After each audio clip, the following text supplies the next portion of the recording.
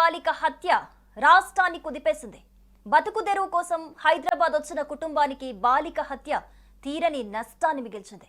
తల్లిదండ్రులు పనుల నిమిత్తం బయటికి వెళ్లిన సమయంలో బాలిక ఒక్కతే ఇంట్లో ఉంటోంది. ఆ సమయంలో ఇంట్లోకొచ్చిన దుండగుడు బాలికను అతి దారుణంగా హత్య చేశాడు. ఈ నేపథ్యంలో సంచలన విషయాలు వెలుగులోకి వస్తున్నాయి. బాలిక శరీరం మీద 20 వరకు కత్తిపోట్లు ఉన్నట్లుగా తెలిసింది. పోలీసులు 2 అనుమానితులను అదుపులోకి తీసుకున్నారు. వీరిలో ఒకరు మృతి చెందిన బాలిక నివాసం ఉంటున్న బిల్డింగ్ లోనే నివాసం ఉంటున్నట్లుగా తెలుస్తోంది. ఇక చనిపోయిన మైనర్ బాలిక కుటుంబం నివాసం ఉంటున్న బిల్డింగ్ లోనే అద్దెకుంటున్నాడు ఒక యువకుడు. అయితే బాలిక హత్య తర్వాత ఆ యువకుడు అక్కడక్కడే అనుమానాస్పదంగా తిరుగుతూ ఉండటంతో అక్కడ అనుమానం వచ్చిన పోలీసులు అతన్ని అదుపులోకి తీసుకొని విచారిస్తున్నట్లుగా తెలిపారు. బాలిక శరీరంపై సుమారు 20 వరకు కత్తిపోట్లు ఉన్నట్లుగా పోలీసులు చెబుతున్నారు. ఇక బాలిక శరీరం మీద మొత్తం 20 వరకు కత్తిగాట్లున్నాయని, ఒక చిన్న పదునైన ఆయుధం వాడినట్లుగా పోలీసులైతే అనుమానిస్తున్నారు. దుండగుడు అత్యంత కిరాతకంగా చాలా పదునైన ఆయుధంతో బాలికను పొడిచాడని అనుమానిస్తున్నారు పోలీసులు. ప్రస్తుతం 5 టీంలు ఈ కేసు కోసం పనిచేస్తున్నాయి. అలాగే 2 అనుమానితులుగా గుర్తించి అదుపులోకి తీసుకొని విచారిస్తున్నామని డీసీపీ సురేష్ కుమార్ అయితే తెలిపారు. హత్య జరిగిన ఇంటికి సంబంధించిన సీసీటీవీ ఫుటేజ్ స్వాధీనం చేసుకున్నట్లుగా పోలీసులు అయితే వెల్లడించారు. ఇక బాలిక తల్లిదండ్రులైన వెంకటేష్, రేణుక దంపతులు తమ 2 పిల్లలతో కలిసి బతుకుదెరువు కోసం కొన్నాళ్ల క్రితం అయితే హైదరాబాద్ కు వలస వచ్చారు. వారు కూకట్పల్లిలో నివాసం ఉంటున్నారు. వెంకటేష్ బైక్ మెకానిక్ కాగా అతడి భార్య రేణుక ల్యాబ్ టెక్నీషియన్ గా పనిచేస్తూ వీరిద్దరూ కూడా కుటుంబాన్ని పోషిస్తున్నారు.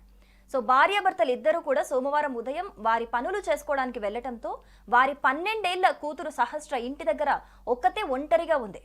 సో మధ్యాహ్నం 12:30 గంటల ప్రాంతంలో వెంకటేష్ ఇంటికి వచ్చి చూసేసరికి అతడి కుమార్తె రక్తపు మడుగులో పడి ఉండటం చూసి నిజంగా ఆ తండ్రి షాక్ కి గురయ్యాడు. అయితే బాలిక నివాసం ఉంటున్న దగ్గర సీసీ కెమెరాల్లో యువకుడు బాధితురాలి ఇంట్లోకి వెళ్లిన దృశ్యాలు ఉన్నట్లుగా వార్తలైతే కొన్ని మనకు వస్తున్నాయి. సీసీటీవీ ఫుటేజ్ లో కనిపిస్తున్నట్లుగా వార్తలు వస్తున్నాయి. మరి నిజంగా నేరస్తుడు ఎవరు, అసలు ఏంటి అనేది నేరస్తుని పట్టుకుంటామని, త్వరలోనే పట్టుకుంటామని పోలీసులు చెబుతున్నారు. సో మొత్తంగా బాలిక ఒంటి పైన 20 కత్తిపోట్లు ఉన్నట్లుగా అందులో వెల్లడైంది. అందులో 14 కత్తిపోట్లు మెడపైనే అతి కిరాతకంగా పొడిచినట్లుగా చెబుతున్నారు. అలాగే మిగతా కత్తిపోట్లు పొట్టపై ఉన్నట్లుగా చెబుతున్నారు.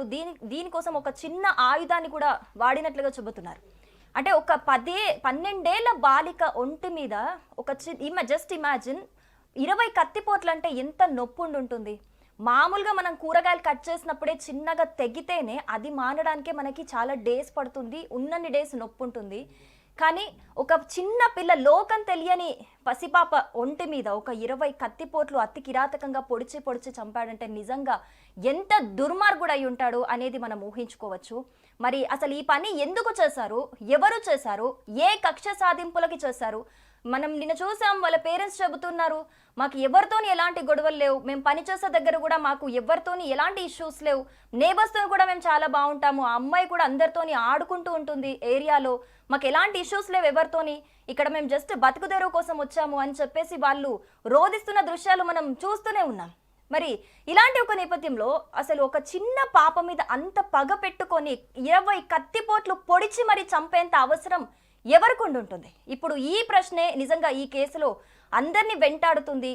ఈ ప్రశ్నే నిజంగా పోలీసుల తలలు పట్టుకునేలా చేస్తుందని చెప్పుకోవాలి.